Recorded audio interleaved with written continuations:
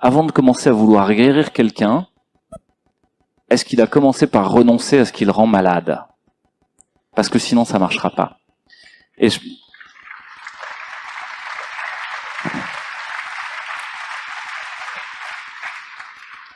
notre société est peut-être collectivement en train de commencer à renoncer à ce qui la rend malade, et on est les premiers. Donc il commence par y avoir un manque, il commence par y avoir un deuil, il commence par y avoir une détresse. Il y a beaucoup de gens qui viennent nous voir en disant « Mais comment je vais faire si je dois être transfusé? Et comment je vais faire pour le dentiste? Ah, je suis allé à l'hôpital, j'avais pas de passe, je me suis fait jeter. Je suis allé chez mon généraliste, il y avait marqué sur sa porte qu'il voulait pas nous recevoir. » Il y a ce deuil et cette détresse, et puis il y a tous ces gens qui essayent, qui commencent à essayer d'aller dans le réel. Et pour tous ceux qui connaissent la permaculture, les projets qui sont le plus fructueux pour le moment, c'est ceux qui sont composites, hybrides, qui prennent de manière différente, qui cherchent pas à contrôler, à tordre le jardin, à tordre le système de santé pour imposer quelque chose, mais qui font avec ce qu'ils ont sous la main. J'ai des naturopathes, j'ai un acupuncteur, j'ai un médecin généraliste, j'ai un infirmier, j'ai un prestataire de services en oxygène. Allez, on va faire avec ça. On va mettre en lien. Et puis ensuite, j'ai 650 personnes. Ok, comment on fait pour même faire un modèle économique où il y a du troc, du don, de la monnaie locale, de la june, des monnaies comme le jardin d'échange universel, et puis le minimum d'euros pour arrêter de nourrir le monstre. Le minimum d'euros à donner aux multinationales.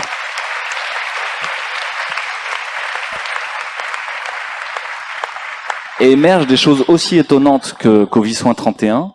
Mais je vais vous raconter une autre histoire qui est celle du domaine arc-en-ciel du côté de Dole. Domaine arc-en-ciel, c'est quoi? C'est un jeune homme de 35 ans avec toute son équipe, ils sont 8. Ils ont fait une école de naturopathie il y a 10 ans. Cette école marchait plutôt bien, et là ils ont décidé d'acheter un château avec 8 hectares. Ils achètent le château avec 8 hectares et ils font une école de naturopathie, ils savaient le faire. Mais ils ouvrent un centre de soins, de santé intégrative, des généralistes, des naturaux, d'autres encore, d'autres choses, pas juste des naturaux. Ils ouvrent un centre de recherche en se disant, on soigne comme ça, mais il faut qu'on évalue ce qu'on fait. Est-ce que ça marche vraiment? Donc on va se forcer à donner du biscuit scientifique pour savoir si c'est correct. Donc ils convoquent d'autres professionnels, des universitaires, des chercheurs. En même temps qu'ils font ça, ils disent c'est bien, mais soigner, on peut pas se contenter de faire ça. Ça concerne toute notre société, comme disait Jean-Dominique. On va accueillir des personnes âgées. Et ils font une sorte d'EHPAD, mais pas en mode EHPAD, 35 patients, une aide-soignante, les toilettes en moins de 10 minutes, et puis on torche le truc. Non. 10 personnes qui sont là, des aînés, ça a un sens. Et en même temps, en face, ils mettent une école élémentaire et une école maternelle. Et puis ils mettent un restaurant où tout ce petit monde mange ensemble. Et puis pas les enfants dans un coin et les personnes âgées de l'autre, mais non, intercalés les uns avec les autres. Et puis le domaine de 8 hectares ouvert à tous ceux qui veulent venir pour animer quelque chose. On n'est pas entre nous, on est ouvert sur le monde et sur la société. Cette initiative-là, elle est en cours, elle est en train d'exister. Et les personnes qui en sont à l'origine, c'est 8 personnes qui ont moins de 35 ans, ils sont jeunes, ils sont beaux, ils sont intelligents. Ils ont envie de soigner, ils ont envie de le faire de manière intégrative et permacole. Mais vous savez quoi? Ils se sont déjà pris 3 redressements fiscaux. C'est honteux, c'est honteux. Ça veut dire quoi? Ça veut dire qu'il va y avoir de la résistance. Mais pourquoi pour le moment ils ont 3 redressements fiscaux? Pourquoi quand le président de la Comcom arrive, il fait d'emblée « Oh là là, mon copain médecin dans ma loge, il va voir ça d'un mauvais œil. Oh là là, mon pote qui a une école là-bas, 2 villages du coin, il va voir ça d'un mauvais œil. » Parce qu'ils ont peur. Comme d'habitude, ils ont peur. Les gens qui ont peur, faut pas leur crier dessus. Faut pas leur taper dessus. Faut les aider, faut les accueillir, faut les rassurer et attendre qu'ils soient prêts. Toutes ces institutions sont en train de s'effondrer. Toutes ces institutions vont s'appauvrir à une vitesse encore plus rapide que nous, citoyens, nous sommes en train de nous appauvrir. 10% d'inflation. Des mesures à la con dans une guerre à la con qui vont nous revenir en pleine gueule et détruire notre système de manière très efficace. Très bien. C'est nos institutions qui en souffriront en premier.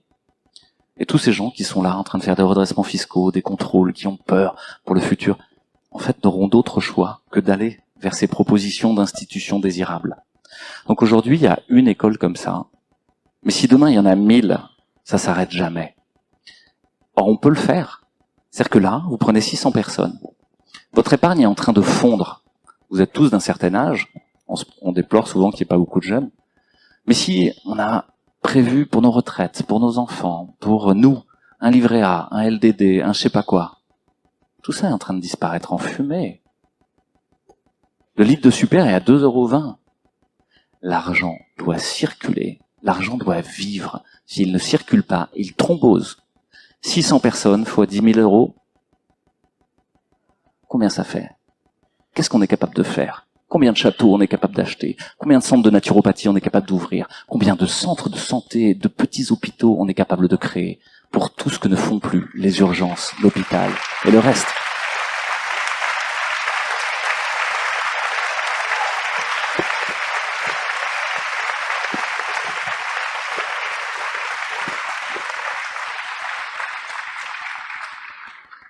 Je vous passe le relais, après ce conseil scientifique indépendant et tous les soignants. Nous sommes ceux que nous attendions. Encore une fois, il n'y aura pas de sauveur. Les institutions ne nous sauvera pas. Ce n'est pas parce que vous élirez tel ou tel que ça changera le monde. C'est parce que nous changerons le monde que des gens viendront au pouvoir qui nous représentent.